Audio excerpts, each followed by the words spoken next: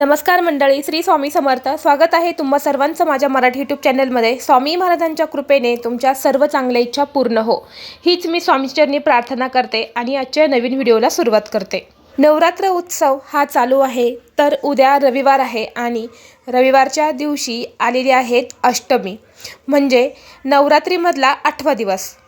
नवरात्रीमधल्या 9 दिवसांमध्ये पंचमी, सप्तमी, अष्टमी आणि नवमी या तिथींना एक अनन्यसाधारण महत्त्व असतं.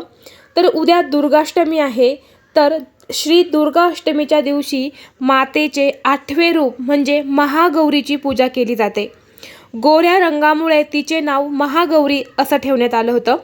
मातेच्या महागौरी रूपाची पूजा केल्याने माता प्रसन्न होते आणि उपवास करणाऱ्या प्रत्येक अवश्य काम शक्य करून आशीर्वाद देते.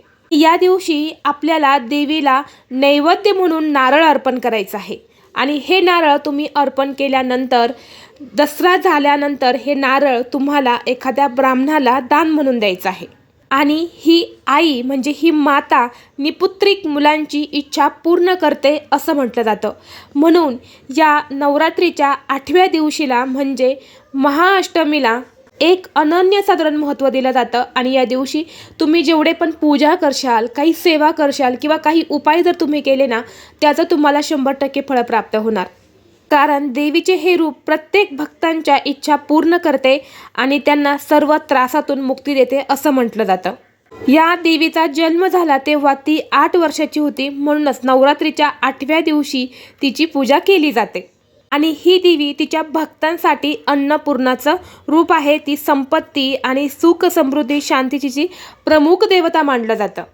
तर या महाअष्टमीच्या दिवशी आपल्याला आपल्या घरामध्ये हा एक उपाय आवर्जून करायचा आहे. माझी विनंती आहे किंवा हट्ट आहे असं समजा, पण हा उपाय सर्वांनी तुमच्या घरामध्ये प्रत्येकाला 1 विड्याच्या पानाचा हा उपाय आवर्जून करायचा आहे. अतिशय प्रभावशाली उपाय आहे, सात्विक उपाय आहे. हा उपाय जर तुम्ही या नवरात्रीमध्ये कोणतेही उपाय केले नसेल, कोणती सेवा केली नसेल, उपासना केली नसेल, पण तुम्ही हा एक उपाय आवर्जून करा. हा उपाय केल्यामुळे तुमच्या घरामध्ये सुख, शांती, ऐश्वर्य नांदेल, पैशांच्या अडचणी दूर होतील, घरामध्ये इतर काही दोष असतील तर ते दूर होतील आणि तुमचं 7 पिढ्यांचं दारिद्र्य हे संपूर्णपणे नष्ट होईल. म्हणजे तुमची गरिबी ही पूर्णपणे निघून जाईल. असा हा अत्यंत प्रभावशाली उपाय मी तुम्हाला आजच्या व्हिडिओमध्ये सांगणार आहे. किंवा तुम्ही याला सेवासुद्धा म्हणू शकतात. त्यामुळे तुम्ही व्हिडिओ हा शेवटपर्यंत नक्की पहा. आणि जर तुम्ही चॅनलवरती नवीन असाल तर चॅनलला लगेचच सबस्क्राईब करा आणि असेच माहितीपूर्ण व्हिडिओ पाहण्यासाठी बेल आयकॉनलाही प्रेस करा. पहा, आपल्या घरामध्ये कधीकधी पैसा असून घरात शांतता नसते, सुख नसतं, आपण हवं तसं जीवन जगू शकत नाही. कधीकधी पैसा नसल्यावर सुद्धा आपल्याला पैशांच्या अडचणी येत असतात, घरामध्ये दारिद्र्य येत असतं, पैशांच्या अडचणी सुरू होत असतात, घरात लक्ष्मी टिकत नाही आणि लक्ष्मी ही घरामध्ये स्थिर राहत नाही, महत्त्वाची कामं आपली पूर्ण होत नाही, घरामध्ये वारंवार आजारपण येत असतं. म्हणजे एक व्यक्ती आजारी पडला की दुसरा व्यक्ती लगेच आजारी पडत असतो. घरामध्ये खूप मोठ्या प्रमाणामध्ये भांडणं होत असतात. मग ती भांडणं नवरा बायकोंची असतात किंवा आई मुलांची असतात किंवा मुलं ऐकत नाही. मुलांना आपण चांगल्या गोष्टी सांगण्याचा प्रयत्न करतो, पण मुलं आपल्या गोष्टी ऐकत नाही. यासारख्या अडचणी आपल्या घरामध्ये असतातच. तर तुम्हाला काय करायचं आहे उद्या दिवशी हे सर्व अडचणी दूर करण्यासाठी या विड्याच्या पानास तुम्हाला उपाय करायचा आहे. आता हा उपाय तुम्हाला कुठे करायचा आहे? तुमच्या घरामध्ये घट बसवलेला असेल तर त्या घटापाशी तुम्हाला करायचा आहे. पण जर तुम्ही घट बसवलेला नसेल तर हा उपाय तुम्हाला तुमच्या कुलदेवी जी असते ना देवघरामध्ये, त्या कुलदेवीजवळ तुम्हाला हा उपाय करायचा आहे. परंतु तुम्ही घटही बसवलेला नाही, तुमच्या घरामध्ये कुलदेवी पण नाही, तर मग तुम्हाला हा उपाय तुमच्या घरामध्ये अन्नपूर्णा देवी जी असते ना त्या अन्नपूर्णा देवीपाशी करायचा आहे. कारण जो अष्टमीचा जो दिवस असतो ना, तो दिवस बघा, त्या देवीला एक अन्नपूर्णा देवीचं स्वरूप मानलं जातं. म्हणून आपण हा उपाय अन्नपूर्णा देवीपाशी सुद्धा करू शकतो, जर तुमच्याकडे घट बसवत नसेल किंवा तुमची कुलदेवी नसेल तर. पहा, तुम्हाला काय करायचं आहे, म्हणजे एक जे विड्याचं पान असतं ना, त्या विड्याच्या पानास तुम्हाला तांबूल बनवायचं आहे. आता हे तांबूल तुम्ही घरीसुद्धा बनवू शकतात. मी तुम्हाला सांगणार आहे की या तांबूलमध्ये कोणकोणत्या वस्तू असतात. तर तुम्ही एक विड्याचं पान घेऊन येऊ शकतात आणि त्याचं तुम्ही घरी तांबूल बनवू शकतात. पण तुम्हाला शक्य नसेल घरी बनवणं, तर हे तांबूल तुम्ही दुकानामधून सुद्धा आणू शकतात. म्हणजे तिथे पान शॉप असतं ना, जिथे खाण्याची पानं भेटतात, त्या पानावाल्याकडून तुम्ही म्हटलं की आम्हाला तांबूल बनवून द्या, पूजेसाठी पाहिजे, तर ते पूजेमध्ये जे तांबूल वापरतात ते तांबूल तुम्हाला बनवून देतील. पण हे तांबूल तुम्ही सुद्धा घरी बनवू शकतात आणि हे तांबूल जर तुम्ही स्वतःहून तुमच्या हाताने जर घरी बनवलं ना, त्याचा तुम्हाला जास्त फायदा होईल. म्हणून शक्य असेल तर घरी बनवा आणि नसेल शक्य तर काहीच हरकत नाही, तुम्ही पान शॉपमधून बनवून आणलं तरी चालेल.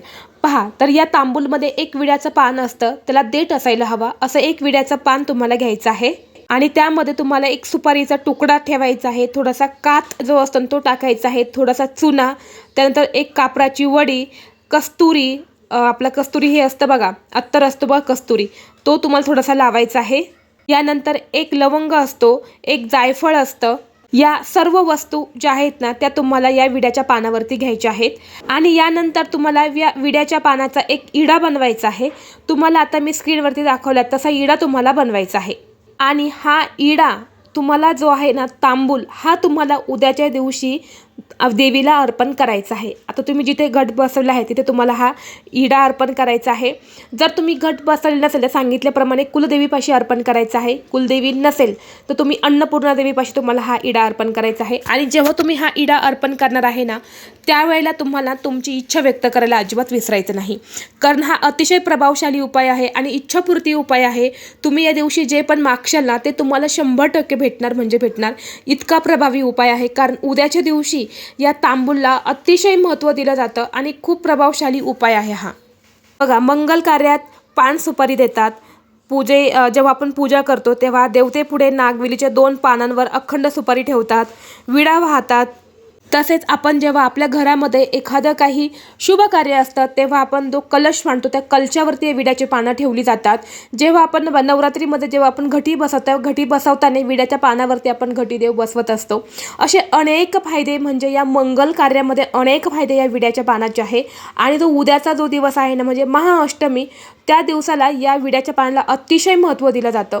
म्हणून तुम्ही उद्याच दिवशी जेवढे पण विड्याचे पानांचे उपाय करणार ना त्याचं तुम्हाला फळ प्राप्त होणार म्हणजे होणार.